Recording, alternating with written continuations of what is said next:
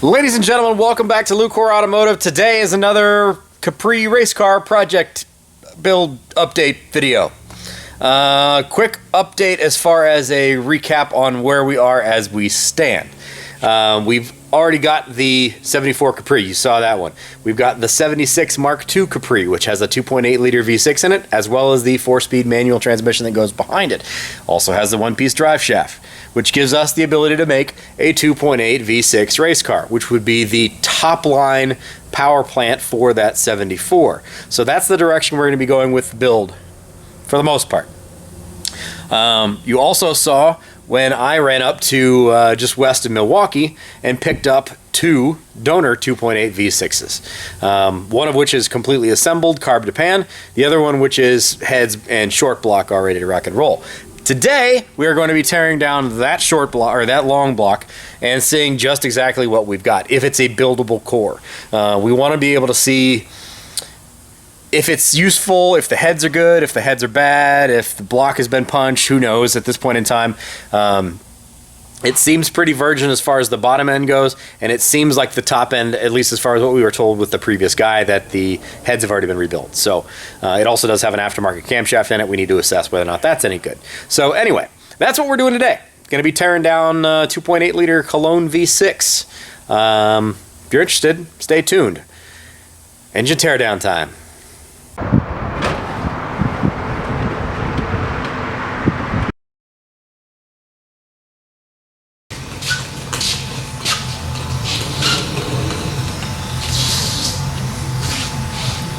Gross.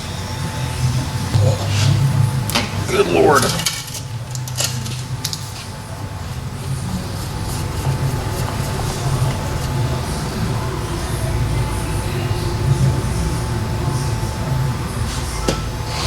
That's not good.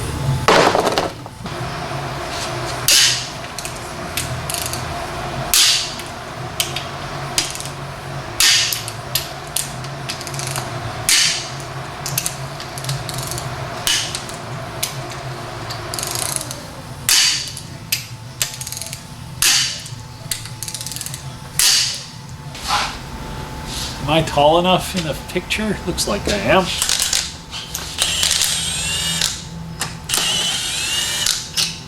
Oh, they're dry.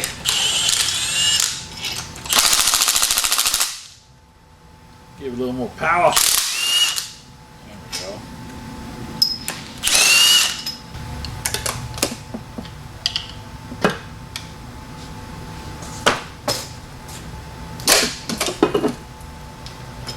Always leave a bolt in so you don't end up with a head on your foot. Well, those look really good. Those aren't going to stand on end. We'll set those on the exhaust ports. So this is one of the two engines we went to Wisconsin for. A fella had them listed for sale. They came up for sale pretty close to the same time we were looking for parts cars on this Capri. And he gave us two pretty good little motors here. These heads are allegedly reconditioned freshly, and I would agree to that. A lot of pitting on that head. We're gonna have them, we're gonna run them over to Mike at M&M and have him look them over, because they've been sitting in a garage in an unknown location for probably 20 years. So we're just going to start over. This engine was allegedly a 40,000 mile rebuild, or rebuilt and then 40,000 miles put on it. And then he put these fresh heads on it. But we're going to blow it apart and we're going to start fresh. There's actually some rust and pitting in there. A bunch of dirt. I'm also going to measure our piston depth from the deck height, so that we know what that measurement is to begin with. Engine rolls over nice and smooth. The crosshatch in it is Leaves a little bit to be desired, so it is what it is, I suppose.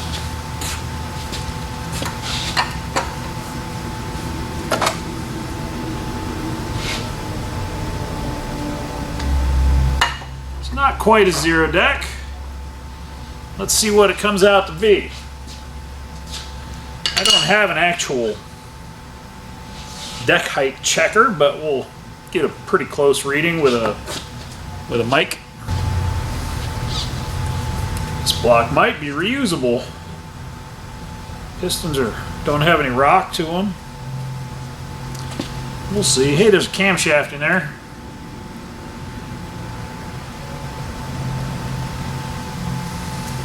Let's pull that guy out, take a look at it. Looks like a couple half inchers.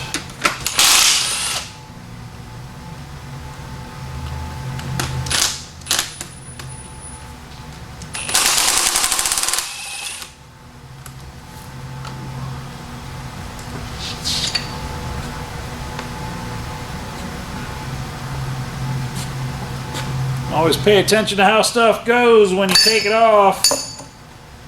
It can save you a lot of time when you're going back together.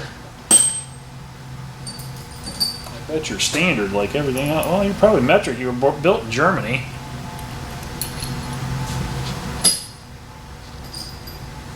Metric. Maybe. That'll work for my needs.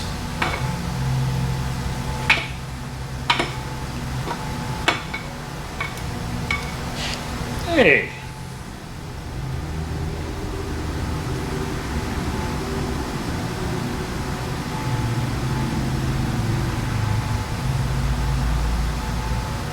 I don't see any information on it.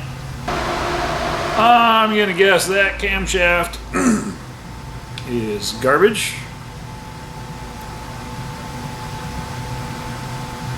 But we'll hang on to it in case we need it for a core to have it reground. I don't know if that's what we'll need to do or not, but we won't throw away any parts that we take out of this because we don't know what we're going to need. So let's measure our piston depth. I still have my micrometer set up from the rear axle I was doing the other day.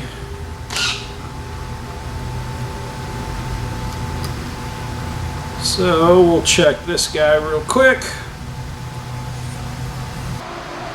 Let's check another one.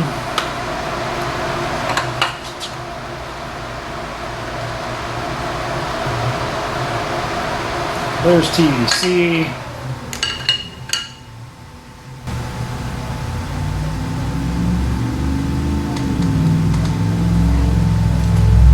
I think I'll invest in a proper piston depth checking tool.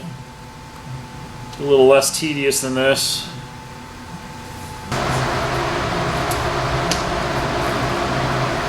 Well, it'll be interesting to see what the bearings look like in this. So after doing my readings a couple times,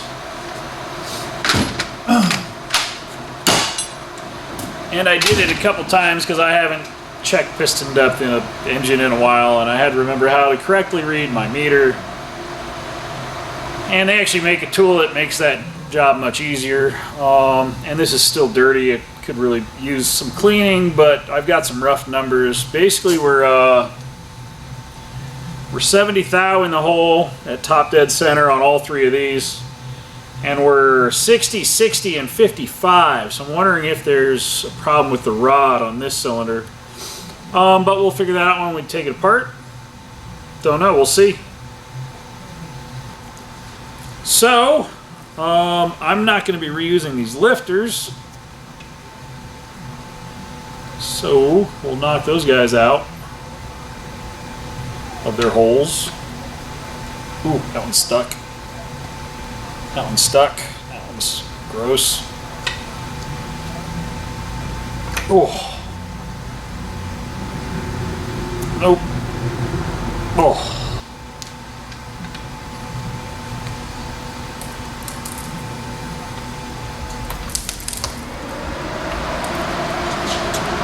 Doesn't look too horribly bad. Archaic stuff here. Go ahead and zip our rods out. Let's see if they're labeled already. They probably are.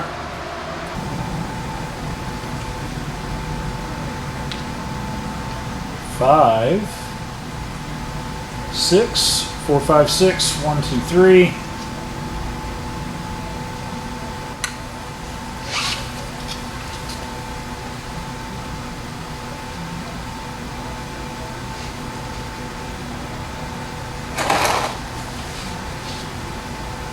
Yep. 1, 2, 3, 4, 5, 6. Good to go. So when I take an engine apart, I'm always looking. So one thing I found odd when I started to look at this crankshaft was that all the stamps were on one side.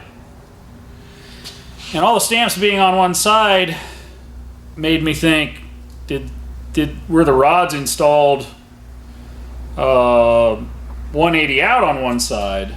And I would venture to guess that the rods on 4, 5, and 6 were installed backwards because the oil squirters, actually 4, 5, and 6 were probably installed correctly because the oil squirters are shooting up into the top of the piston. You can see there's an oil squirter here and it shoots into the piston, or it shoots down the wall.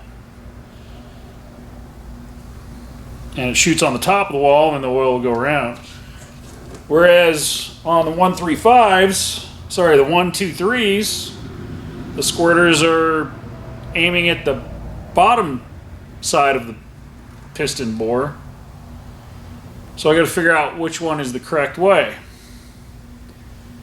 But I don't think they're all supposed to be pointing at the same, pointing in the same direction in orientation to the crank. 3 should be shooting one way and the other 3 should be going the other way. So normally when you're stamping these rods, you stamp the side that faces up.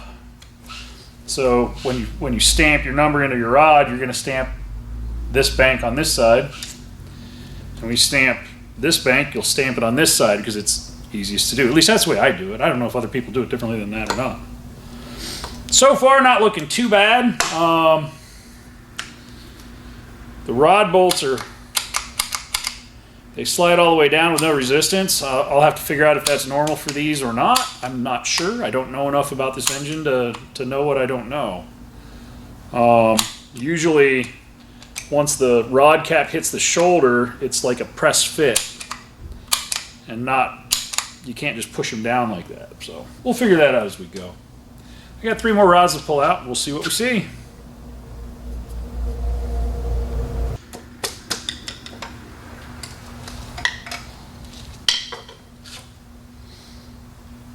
That bearing's got a little wear to her.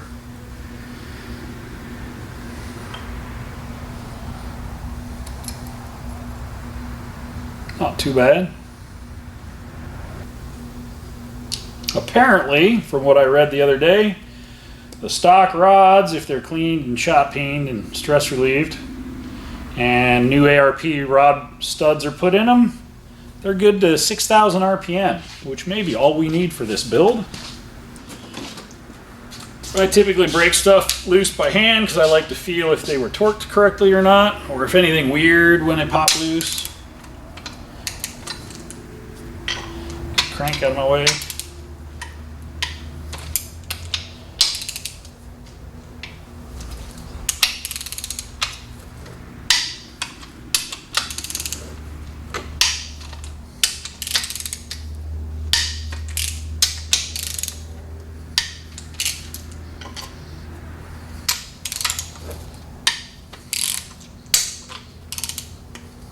Those all felt good.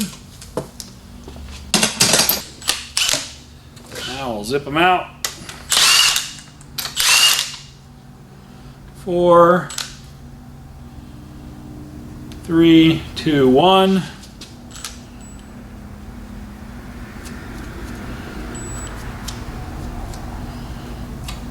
That one can only go on one way. The others have arrows pointing towards the front.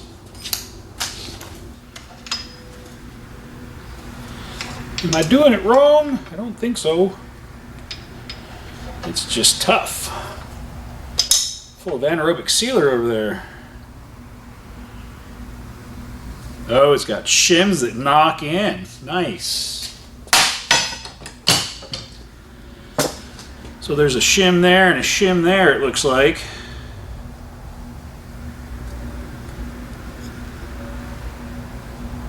Yeah. So there's a shim there and a shim there that you cover with anaerobic sealer, and then you drive them down in to seal up that part of the block. That's actually a pretty cool design. Holy cow, it's a one-piece rear main seal. That's awesome. It might not even leak. I think we got a good little start to an engine for the Capri, guys.